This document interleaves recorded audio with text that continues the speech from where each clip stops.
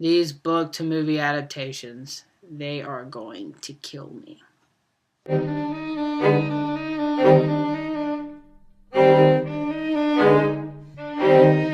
In The Hobbit, Desolation of Smaug, we follow Bilbo Baggins and the 13 dwarves as they are still on the run against these orcs as they are headed towards the Lonely Mountain in hopes to reclaim the dwarves' homeland.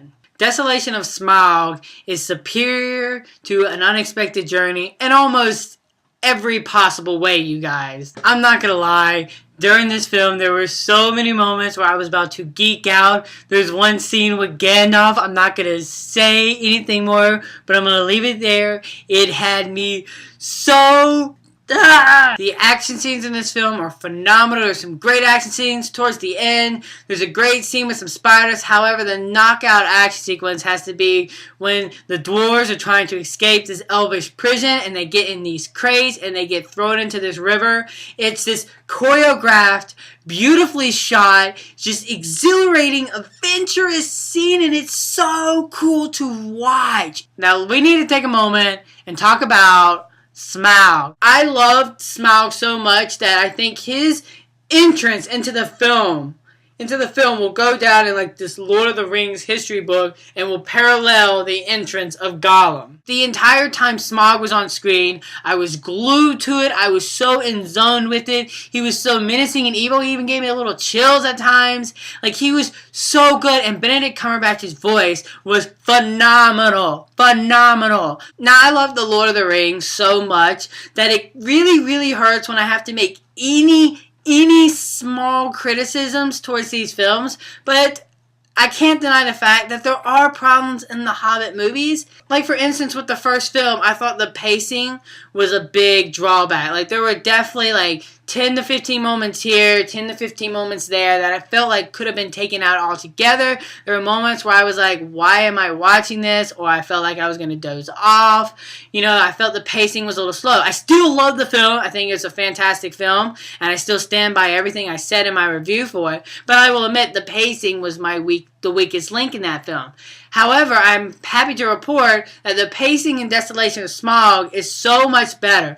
There were hardly any moments in this film where I felt like it was getting really slow. It stumbled every now and then, but for the most part, I was glued in the entire time. I never got drowsy, never got sleepy during my midnight screening. I was really, really enjoying every moment of this film. However, if I had to say what my biggest problem is for Desolation of Smaug, it's that this is the middle chapter, and it feels like the middle chapter. There is no beginning, nor is there no end.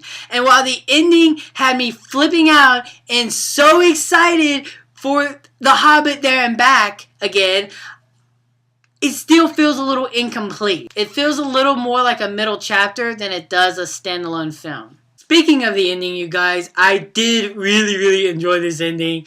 It leaves you so incredibly excited for the finale of this film. I am dying for this last film, you guys. I am dying for it. Now, one thing that I absolutely love about these Hobbit movies is that I never really felt like I ever left Middle-earth. Like, I've always felt like I've been there. And it's gonna really, really suck when the last movie comes out and I'm not going to be able to return to Middle-earth for the first time, and it's going to suck. It's going to suck. As a score, you guys go, I gave The Hobbit An Unexpected Journey a 4 out of 5, and I definitely still stick with that rating.